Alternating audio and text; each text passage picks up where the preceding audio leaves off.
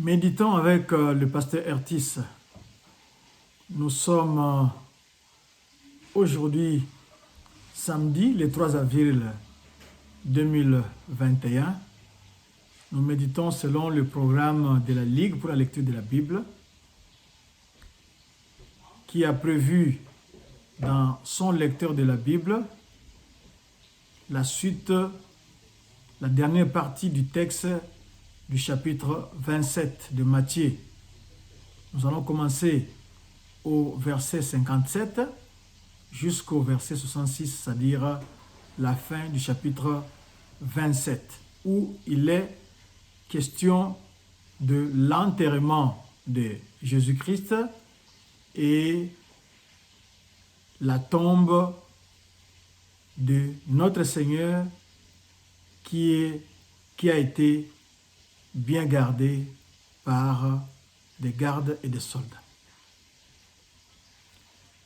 Pour approfondir cette méditation, voici les questions du lecteur. Quelle vérité Dieu me révèle-t-il? Quel verset m'interpelle le plus? Pour ma prière, y a-t-il quelque chose que Dieu me montre, dont j'ai à me repentir, auquel croire et obéir, pour lequel le remercier et le louer, pour lequel lui formuler ma demande?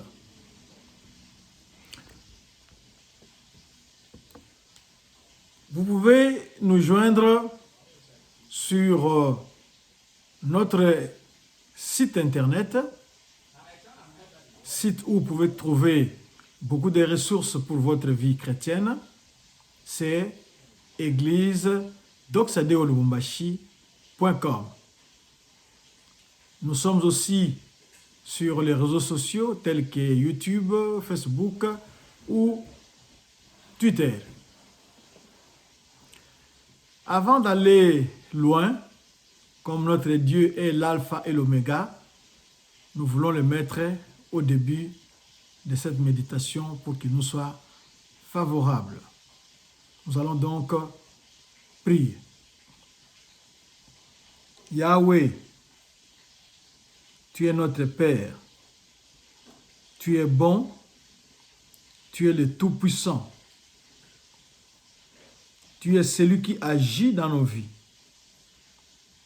C'est avec raison qu'Ésaïe avait demandé, tu agiras, qui s'y opposera?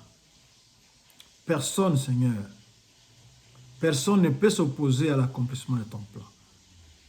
Tu es le Dieu qui nous surprend.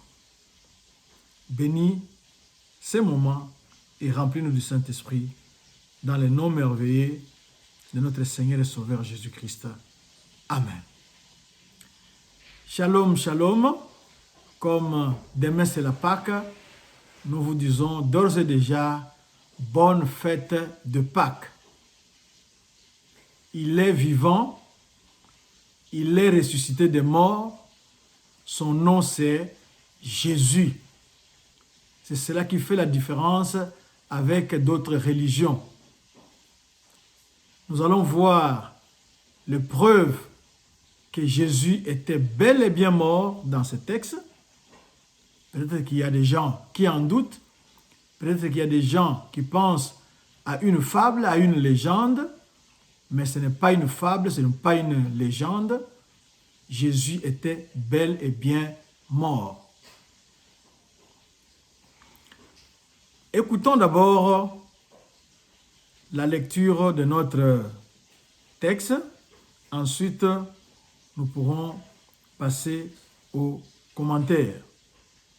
Au tombeau du corps de Jésus. Le soir venu arriva un homme riche d'Arimathée, du nom de Joseph, qui lui aussi était un disciple de Jésus. Il alla trouver Pilate et demanda le corps de Jésus. Alors Pilate ordonna de le lui remettre. Joseph prit le corps, l'enveloppa dans un drap de lin pur, et le déposa dans un tombeau neuf qu'il s'était fait creuser dans la roche. Puis il roula une grande pierre à l'entrée du tombeau et s'en alla. Marie de Magdala et l'autre Marie étaient là, assises vis-à-vis du tombeau. Le lendemain, qui était le jour après la préparation du sabbat, les chefs des prêtres et les pharisiens allèrent ensemble chez Pilate, et dirent, « Seigneur, nous nous souvenons que cet imposteur a dit, quand il vivait encore, après 3 jours je ressusciterai. Ordonne donc que le tombeau soit gardé jusqu'au 3e jour, afin que ses disciples ne viennent pas voler le corps et dire au peuple, il est ressuscité. Cette dernière imposture serait pire que la première. » Pilate leur dit, « Vous avez une garde, allez-y, gardez-le comme vous le souhaitez. » Ils s'en allèrent et firent surveiller le tombeau par la garde après avoir scellé la pierre. Matthieu 28. Résurrection. C'est notre texte, il est assez court, mais il est très riche. Il est très riche, comme vous allez le constater dans cette méditation. Hier, nous avions vu que Jésus avait rendu son esprit à Dieu. Puisqu'il était mort, chez les Juifs, le corps ne peut pas passer la nuit suspendu au poteau. Surtout ceux qui sont morts par pendaison, par crucifixion. On ne peut pas laisser les corps exposés. D'abord, il fait très chaud. Le corps se décompose vite. Et pour ne pas souiller le pays, il faut faire descendre le corps et l'enterrer. Si Joseph d'Arimathée et Nicodème n'avaient pas intervenu, les Juifs allaient purement et simplement jeter le corps de Jésus dans une fosse commune. Heureusement que Dieu avait suscité ces 2 disciples pendant que les autres disciples qui ont marché 3 ans durant avec Jésus-Christ, ils ont pris la fuite, ils ne se sont pas fait voir, mais Dieu suscite d'autres disciples qui étaient en secret et qui étaient des membres du Sanhédrin, tels que Joseph d'Arimathée et Nicodème, pour s'occuper de l'enterrement de Jésus-Christ. Pour ce faire, ils sont donc allés voir Pilate et lui demander l'autorisation d'enterrer Jésus-Christ. Pilate leur accorde cette autorisation-là. Ils sont venus, ils ont pris le corps et on l'a enveloppé dans un drap de lin pur. C'est comme ça que les Juifs enterraient leurs morts. Jésus, sur la croix, a accompli beaucoup de prophéties. Si vous vous référez toujours au livre d'Ésaïe, vous verrez que dans le chapitre 53, au verset 9, Jésus-Christ a été mort avec les pauvres, mais il a été enterré avec les riches. Les pauvres, ce sont certainement les voleurs qui l'avaient entouré, mais les riches, c'est comme Joseph d'Arimathée. Il amène un drap de lin pur, et si nous devons nous référer à d'autres évangiles, nous verrons que les autres évangélistes ont apporté d'autres détails pour montrer que Jésus-Christ était bel et bien mort, et maintenant on s'occupe de son corps mort. Ici, Matthieu se contente de nous indiquer qu'il a été enveloppé dans un drap de lin pur. S'il n'était pas mort, on n'allait pas le mettre dans ce drap. Après cela, on est parti l'enterrer. Quand on l'a enterré, on a pris soin de rouler une grosse pierre. Cette pierre-là pèserait à peu près 2 tonnes. Il n'était pas facile de la manier facilement. On a dû utiliser un levier pour pousser la pierre jusque-là. Et pour l'ouvrir, c'est difficile. C'est comme ça que vous verrez le premier jour de la semaine, très tôt le matin, quand les femmes se rendaient au tombeau, elles avaient un seul souci. Qui nous roulera la pierre? C'était une grosse pierre. Et c'était des pauvres dames fatiguées par le deuil. Premier point, une grosse pierre bouche l'entrée du tombeau. Pendant qu'on enterrait Jésus-Christ, Joseph d'Arimathée n'était pas seul, il était avec Nicodème. On peut le voir dans Jean 19, 38. Mais il y avait aussi les deux Marie qui étaient là. Marie de Magdala et l'autre Marie. C'est comme ça que Matthieu nous la désigne. Mais c'était des femmes fortes. C'était des femmes courageuses. Elles ont affronté tous les dangers. Les hommes qui étaient là, qui avaient promis de ne jamais abandonner Jésus-Christ, tous avaient disparu. Tous se terraient quelque part, ayant peur des Juifs. Mais les femmes étaient braves. Les femmes étaient là, elles assistaient. Comme c'était le jour de la préparation, il n'y avait pas moyen de préparer les corps tels que les Juifs les préparent pour l'ensevelissement. Alors, elles se sont contentées de voir seulement l'endroit. À quel endroit est posé le corps de Jésus-Christ. Et le premier jour de la semaine, qui est dimanche, elles vont revenir pour s'occuper de ces corps-là.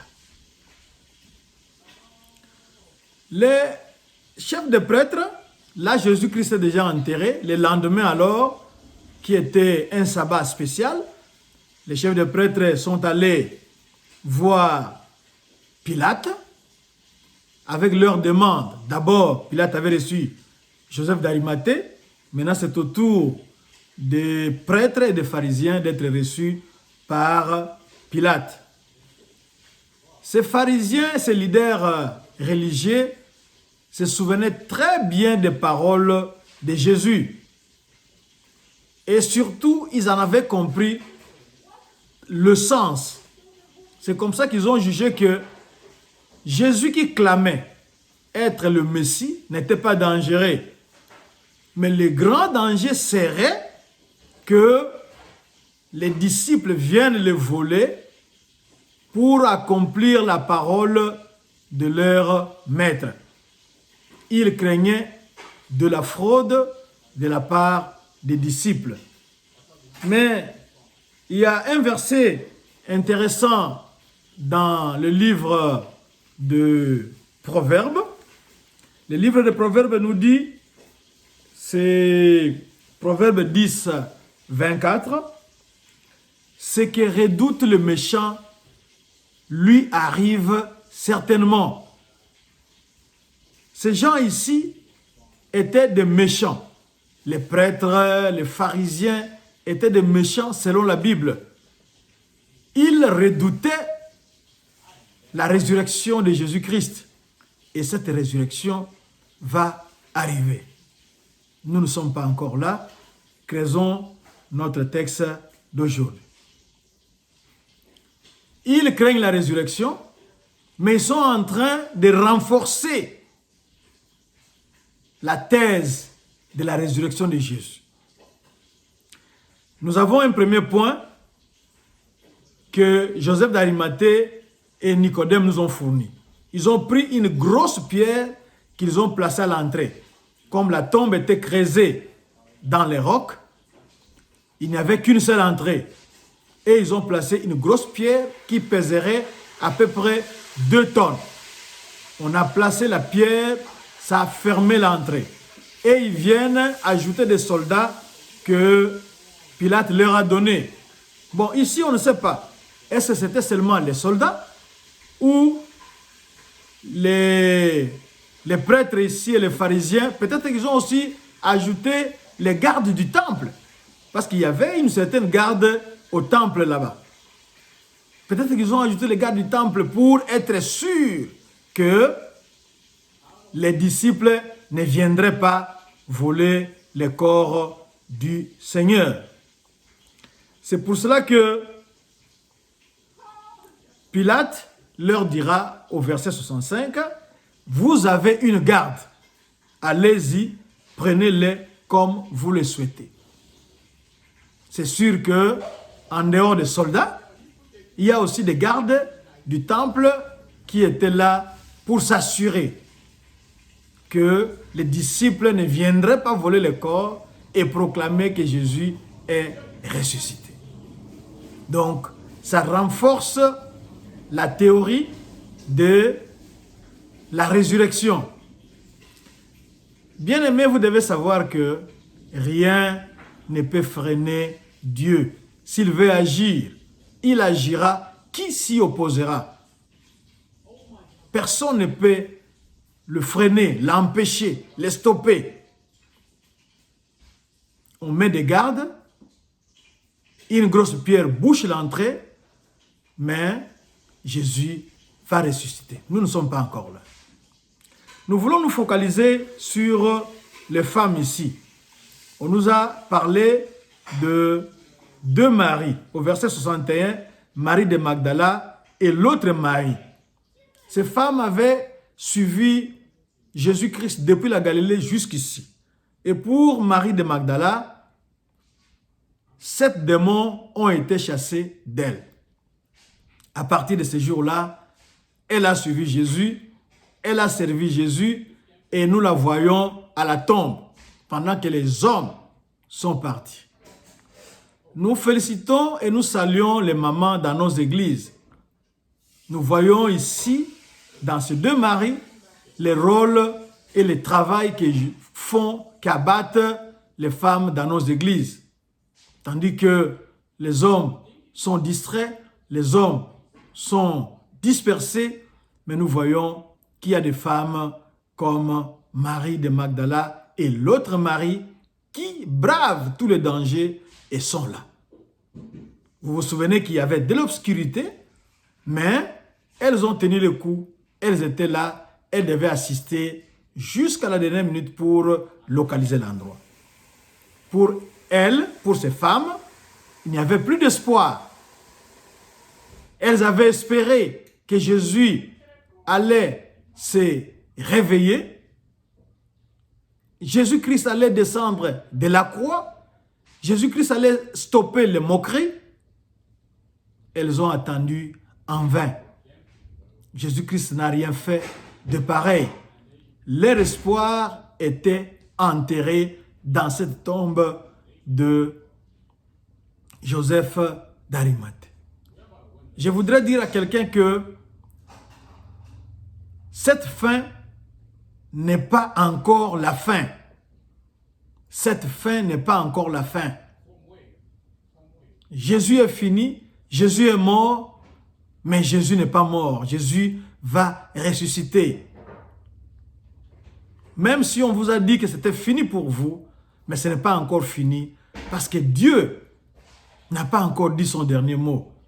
Mon Rédempteur est vivant et il se lèvera le dernier. Jésus n'est pas un anti-héros. Jésus est cet héros-là qui nous réserve encore d'agréables surprises. Que son nom soit glorifié. Prions.